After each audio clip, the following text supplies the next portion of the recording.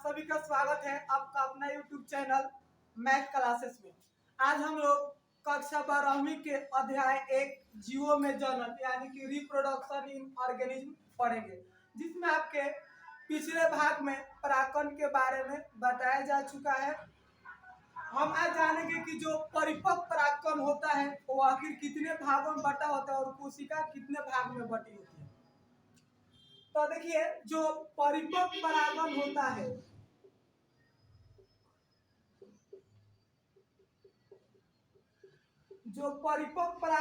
है इसकी जो कोशिका होती है दो भाग में बटी होती है। परागकण की जो कोशिका होती है ये दो भाग में बटी होती है। एक का नाम है कायिक कोशिका और दूसरा का नाम है जनन कोशिका। तो जो आपका परिपक्व परागकण है, तो यह परिपक्व परागकण इसकी जो कोशिका होती है टोटल दो भाग में बटी होती है।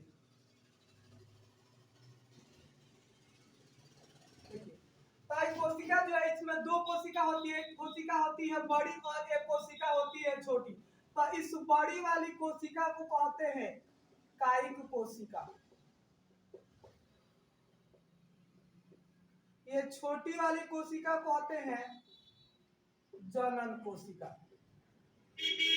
तो आप सिंपली बता सकते हैं कि जो कायिक कोशिका होती है टोटल दो भाग में बटी होती है, जिसमें बड़ी वाली कोशिका को कायिक कोशिका और छोटी वाली कोशिका को जनन कोशिका कहते हैं। और इसमें आपका ये इसी कोशिका में आपका होता है जनन छिद्र।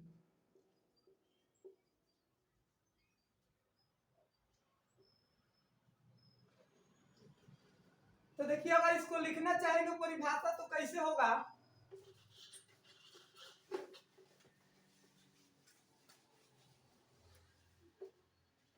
तो लिखेंगे हम कि परिपक्व परागकण की कोशिका दो भागों में बटी होती है, जिसमें पहला वाला कोशिका को बोलते हैं कायिक कोशिका और दूसरी वाली कोशिका को बोलते हैं जनन कोशिका।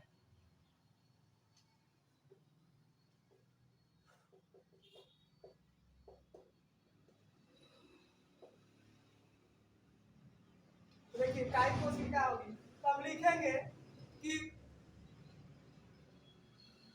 परागकण की कोशिका विभाजित होकर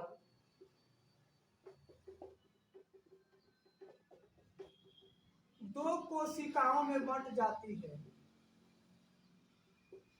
दो कोशिकाओं में बंट जाती है, जिसमें बड़ी कोशिका को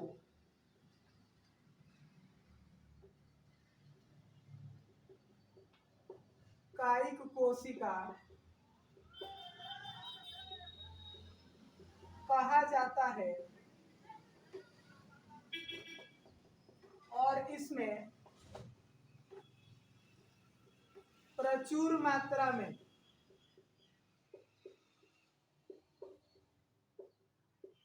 केंद्रक और खाद्य पदार्थ होता है। सिंपली आपको याद रखना है कि जो परिपक्व परागकण है इसकी जो कोशिका है वो कोशिका एक से विभाजित होकर दो कोशिका में बढ़ जाती है, जिसमें एक कोशिका बड़ी और एक कोशिका छोटी होती है। बड़ी वाली कोशिका को कायिक कोशिका कहते हैं और इस कोशिका में भरपूर मात्रा में केंद्रक और खाद्य पदार्थ मौजूद होता है। अगर आप इसको स्क्रीनशॉट लेना चाहते हैं तो ले सकते हैं। देखिए, तो जो परिपक्व परागकण होता है तो परिपक्व परागकण में दो कोशिका बनती है, जिसमें बड़ी वाली कोशिका को हम कायिक कोशिका कहते हैं और छोटी वाली कोशिका को जनन कोशिका कहते हैं। तो हमको पढ़ना है जनन कोशिका, यानी कि जो कोशिका विभाजित होकर छोटी कोशिका बनती है उसके बारे में पढ़ना है।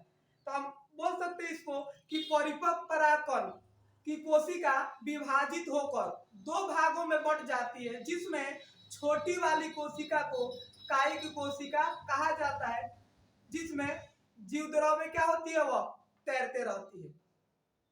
तो सिंपली इसको हम लिखेंगे कि परागकण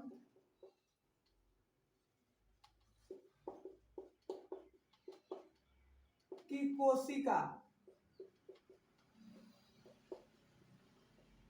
विभाजित होकर दो नए कोशिका का निर्माण करती है, दो नए कोशिका का निर्माण करती है, जिसमें छोटी कोशिका को जनन कोशिका कहा जाता है।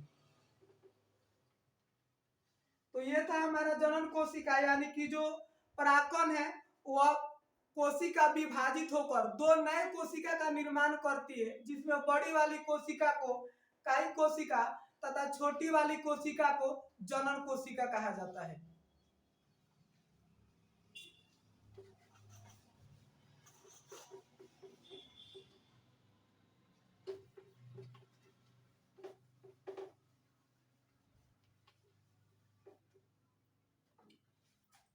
देखिए हमारा अगला टॉपिक आता है निषेचन। तो निषेचन पिछले वीडियो में भी बताया जा चुका है, आप चाहें तो पिछले वीडियो में देख सकते हैं। हम फिर से बताना चाहेंगे कि जब नर युग्मक और मादा युग्मक आपस में एक दूसरे से मिल जाते हैं तो यह क्रिया क्या कहलाती है, निषेचन कहलाती है। यानी सिंपली भाषा में इसको बोल सकते हैं कि नर युग्मक शुक्राणु और मादा युग्मक अंडाणु को आपस में मिलने की प्रक्रिया निषेचन कहलाती है। इसके बाद हम आज पढ़ना है हमको निषेचन पूर्व घटना।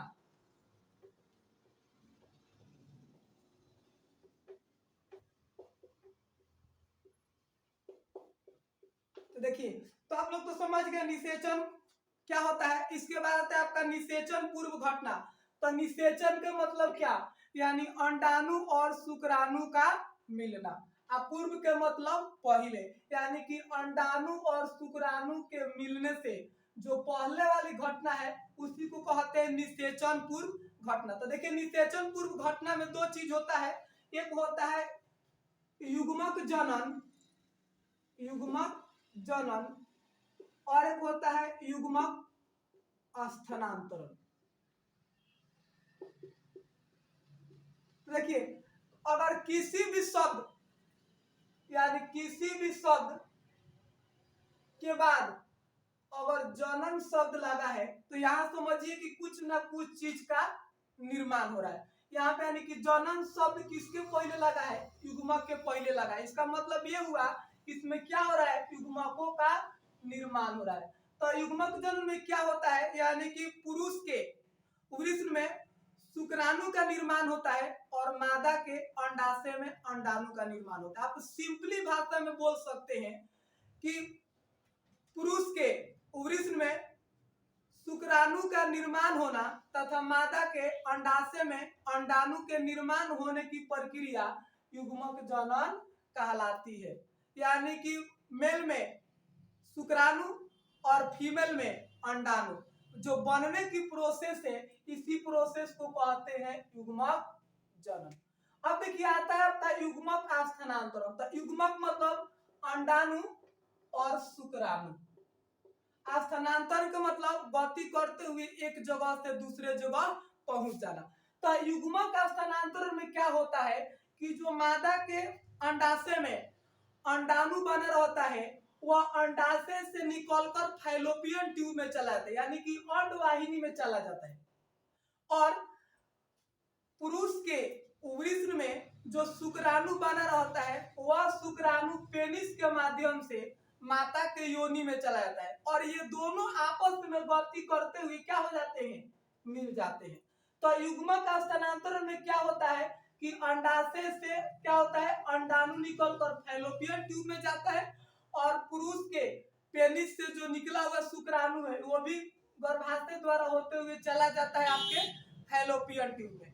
तो युग्म ये दोनों नर युग्मक है और मादा युग्मक है, इनको एक जगह से दूसरे जगह, एक स्थान से दूसरे स्थान तक दूर जाने की प्रोसेस है, वही कहलाती है युग्मक स्थानांतरण। देखिए इसको हम लिखेंगे कैसे,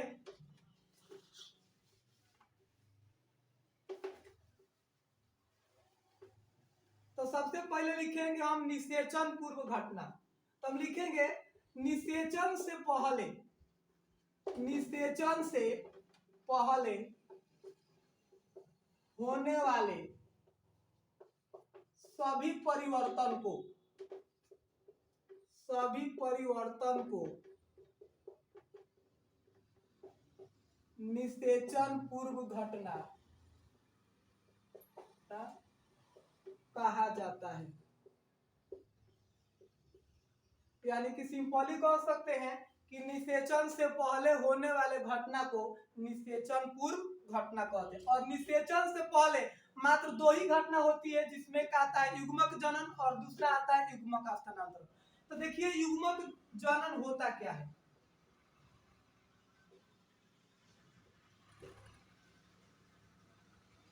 लिखेंगे इसमें नर में नर युग्मक शुक्राणु तथा मादा में मादा युग्मक अंडाणु बनने की प्रक्रिया युग्मक जनन कहलाती है।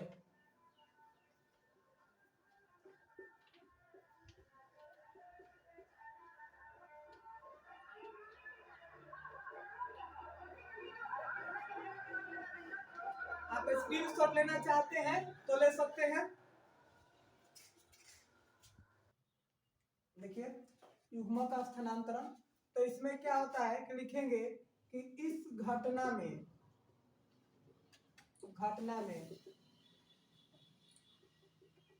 बने हुए युग्मक गति कर एक स्थान से दूसरे स्थान तक स्थानांतरित होते हैं, स्थानांतरित होते हैं। यानी कि युग्मक स्थानांतरण में जो नर युग्मक शुक्राणु है और मादा युग्मक जो अंडाणु है यह गति करते हुए आपस में जाकर के क्या होते हैं, मिल जाते हैं। स्थानांतरण के मतलब एक जगह से दूसरे जगह पहुंचना। तो इसमें युग्मक क्या होते हैं, जो अंडाणु है यह अंडाशय से निकल करके फैलोपियन ट्यूब में जाता है और वृषण से निकल करके शुक्राणु पेनिस के माध्यम से मादा के योनि में जाता है। तो इन युग्मकों का अपने स्थान से दूसरे स्थान तक जो गति करने का प्रोसेस है, इस प्रोसेस को युग्मक स्थानांतरण कहा जाता है। स्क्रीनशॉट लेना चाहते हैं तो ले सकते हैं।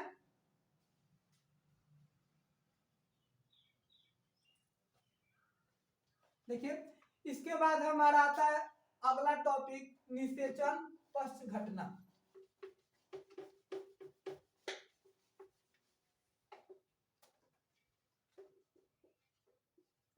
निषेचन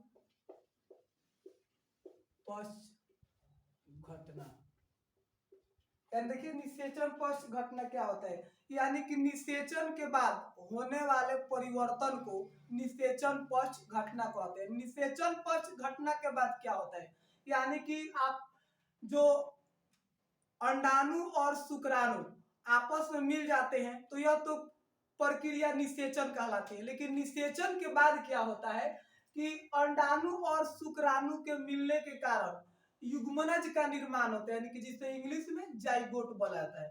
तो इसको आप कह सकते हैं कि निषेचन के बाद होने वाली घटना को निषेचन पश्च घटना कहा जाता है। तो लिखेंगे इसमें निषेचन के बाद होने वाले परिवर्तन को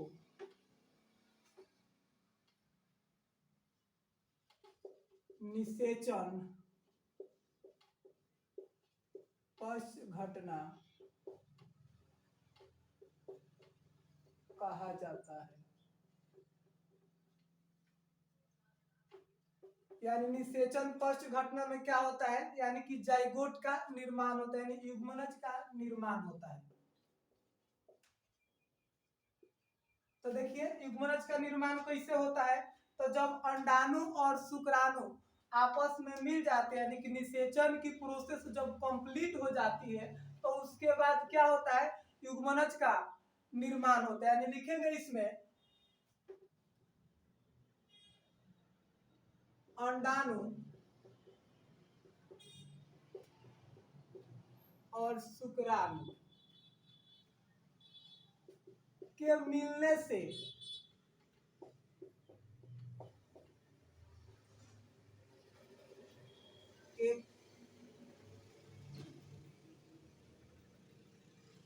एक मटर के दाने की आकार की संरचना बनती है, जिसे युग्मनज कहा जाता है, जो आगे चलकर एक जीव का रूप ले लेता है। यानी इसको सिंपली कहेंगे कि जब नर युग्मक शुक्राणु और मादा युग्मक अंडाणु जब आपस में मिलते हैं तो एक मटर की दाने की आकार की संरचना बनती है, उसी संरचना को हम युग्मनज कहते हैं। उसके बाद प्लेसेंटा ग्रंथि को पोषण देने के कारण यह युग्मनज धीरे धीरे विकसित होकर एक शिशु यानी कि एक जीव का रूप लेता है, यही कहलाता है आपका युग्मनज। अब देखिए जो युग्मनज है दो माध्यम में बनता है, यानी कि आंतरिक निषेचन में जो युग्मनज है यह मादा शरीर के अंदर बनता है, और जो बाह्य निषेचन है तो बाह्य निषेचन में जो युग्मनज है यह बाहरी माध्यम यानी कि जल में बनता है। अगर आंतरिक निषेचन में देखा जाए तो मनुष्य हो गया, गाय भैंस बकरी कुत्ता, ये जितने चीज है इन सभी में आंतरिक निषेचन होता है। निषेचन की क्रिया मादा के शरीर के अंदर होती है, इसलिए जो जाइगोट है मादा के शरीर के अंदर बनता है। लेकिन कुछ जलीय जीव होते हैं जैसे मेंढक हो गया, मछली हो गया, इनमें निषेचन की क्रिया बाहरी माध्यम यानी कि जल में होता है, जिसके कारण इनका जो युग्मनज है बाहरी माध्यम जल में ही बनता है। तो अगर आप इसको स्क्रीनशॉट लेना चाहते हैं तो ले सकते हैं। देखिए हमारा अगला टॉपिक आता है स्त्रीकेसर, यानी कि पुष्प के मादा जननांग को स्त्रीकेसर कहा जाता है। क्योंकि आपको पता है कि कुछ पुष्प एकलिंगी होते हैं और कुछ पुष्प द्विलिंगी होते हैं। तो जिस पुष्प में केवल एक ही जनन अंग पाया जाता है उसे एकलिंगी पादप कहा जाता है, और जिस पुष्प में मादा जनन अंग और नर जनन अंग दोनों पाया जाता है वह कहलाता है बहुलिंगी या द्विलिंगी। तो देखिए स्त्रीकेसर क्या होता है, तो लिखेंगे कि पुष्प के मादा जननांग को स्त्रीकेसर कहा जाता है। यानी कि जो स्त्रीकेसर है पुष्प का मादा भाग है यानी फीमेल भाग है। देखिए उसके बाद लिखेंगे कि स्त्री के स्वर 3 भागों में बटा होता है, जिसमें पहला भाग का नाम है वर्तिकाग्र, दूसरा भाग का नाम है वर्तिका और सबसे अंतिम भाग का नाम है अंडाशय। देखिए, तो सिंपली आप बोल सकते हैं कि जो स्त्री केसर है यह पुष्प का मादा जननांग है, और जो कंप्लीट स्त्री केसर है यह 3 भागों में बटा होता है, जिसमें ऊपरी भाग को हम वर्तिकाग्र, उसके नीचे वाले भाग को वर्तिका और सबसे निचली भाग को अंडाशय कहते हैं। तो देखिए यहाँ पे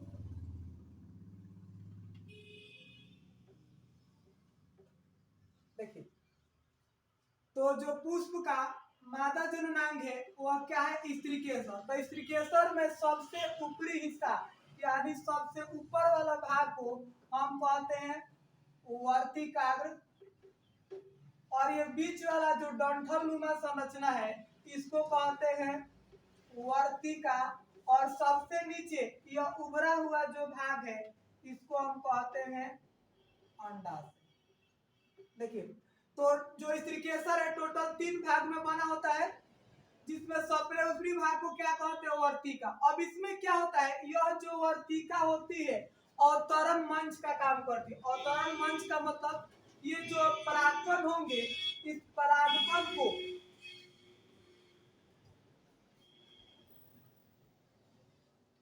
परागकण को ठहरने का स्थान देती है, जिसके कारण इसको अवतरण मंच कहा जाता है। और इस वर्तिकाग्र के नीचे वाली जो डंठल नुमा संरचना दिख रहा है, इस डंठल नुमा संरचना को हम वर्तिका कहते हैं, और सबसे जो नीचे ये उभरा हुआ संरचना दिख रहा है, यह उभरा हुआ संरचना क्या कहलाती है?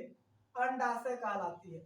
तो हमारा जो परागकण है इसी वर्तिकाग्र पर आकर के ठहरता है, और कुछ देर बाद इंतजार करने के बाद इस पराग नली के द्वारा होते हुए जाता है अंडाशय में, और इसके मादा युग्मक से फ्यूज होकर बीज का निर्माण करता है। तो देखिए, तो यहाँ पे देख सकते हैं कि जो स्त्री केसर है टोटल 3 भाग में बट गया। तो सिंपल से हम इसको बोलेंगे कि स्त्री केसर के सबसे ऊपरी भाग को वर्तिकाग्र कहा जाता है, जो परागकण के लिए अवतरण मंच का काम करता है। वर्तिकाग्र के ठीक नीचे वाली भाग जो डंठल नुमा होती है, इस भाग को वर्तिका कहा जाता है, जिसमें पराग नलिका का निर्माण होता है। वर्तिका के ठीक नीचे उभरी हुई एक भाग होती है, यानी कि एक लोटे की आकार की संरचना होती है, जिसे अंडाशय कहा जाता है, और इस पुष्प का मादा युग्मक मौजूद होता है। तो देखिए, इसको लिखेंगे कैसे?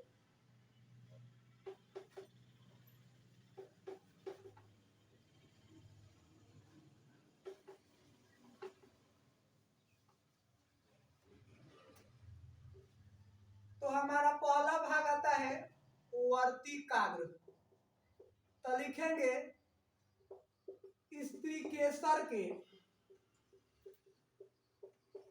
सबसे ऊपरी भाग को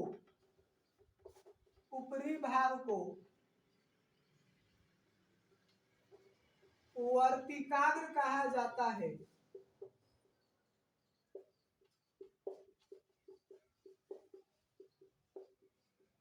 जो परागकण के लिए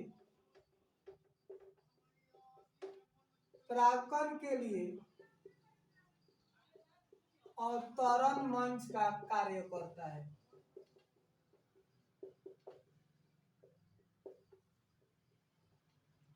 दूसरा, उसके जस्ट नीचे वाला भाग वर्तिका कहलाती है। तो इसमें लिखेंगे वर्तिकाग्र के ठीक नीचे वाली डंठल नुमा संरचना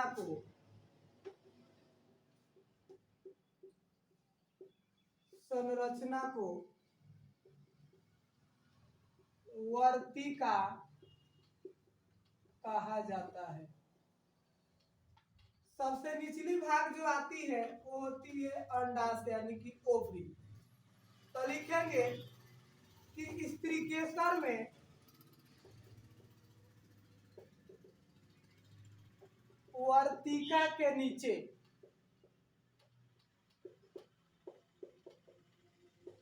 एक उभरी हुई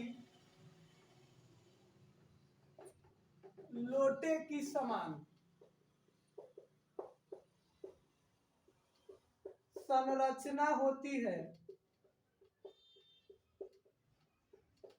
जिसे अंडाशय कहा जाता है।